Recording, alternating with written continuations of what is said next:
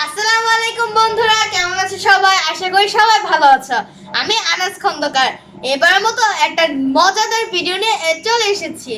তো আজকের গল্পটা অনেক ইন্টারেস্টিং আর অনেকটা গুরুত্বপূর্ণ। আজকের বিষয় হলো নগর বা শহর। তো প্রত্যেকটা দেশে একটা না কয়েকটা শহর থাকে, হয় রাজধানী থাকে।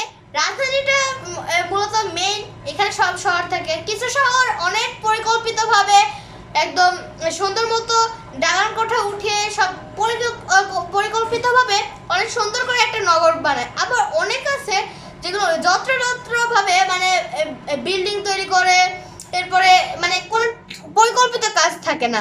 তো আজকে এই নগর পরিকল্পনা নিয়ে আমরা আজকে একটা মজাদার গল্প শুনবো। তাহলে সেই গল্পটা শোনা যাক। নগর পরিকল্পনা। নগর মানে শহর, শহর মানে বসবাসের সকল সুযোগ সুবিধা আছে এমন এলাকা। নগর পরিকল্পনা মানে বসবাস করার জন্য পরিকল্পনা করে একটি শহর তৈরি করা। ঢাকার বসুন্ধরা আবাসিক এলাকা কিংবা গুলশান বনানী বা বারিধারা আবাসিক এলাকার কথা নিশ্চয়ই তুমি শুনেছ, অথবা দেশ বিদেশের সুন্দর কোনো শহরের ছবি তো দেখেছো, তাই না? পরিবারের নিয়ে থাকার মতো সুযোগ সুবিধা সহ পরিকল্পনা করে একটি শহর গড়ে তোলার নামই হচ্ছে নগর পরিকল্পনা।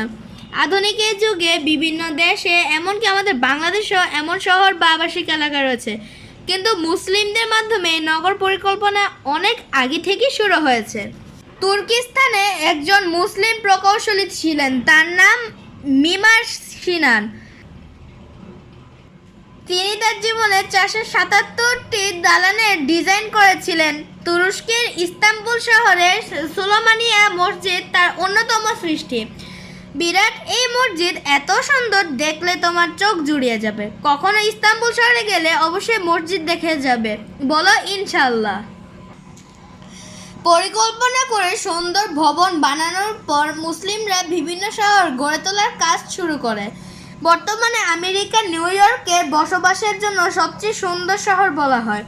কিন্তু মজার ব্যাপার হলো, হাজার বছর আগেই মুসলিমরা এমন শহর গড়ে তুলেছেন। তুমি কি জানো সেই শহরের নাম?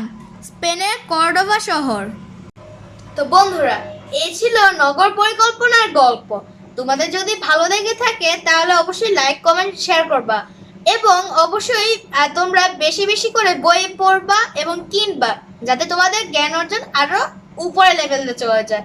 তো সবাইকে বিদায়, আজকের মতো এখানেই। আল্লাহ হাফেজ।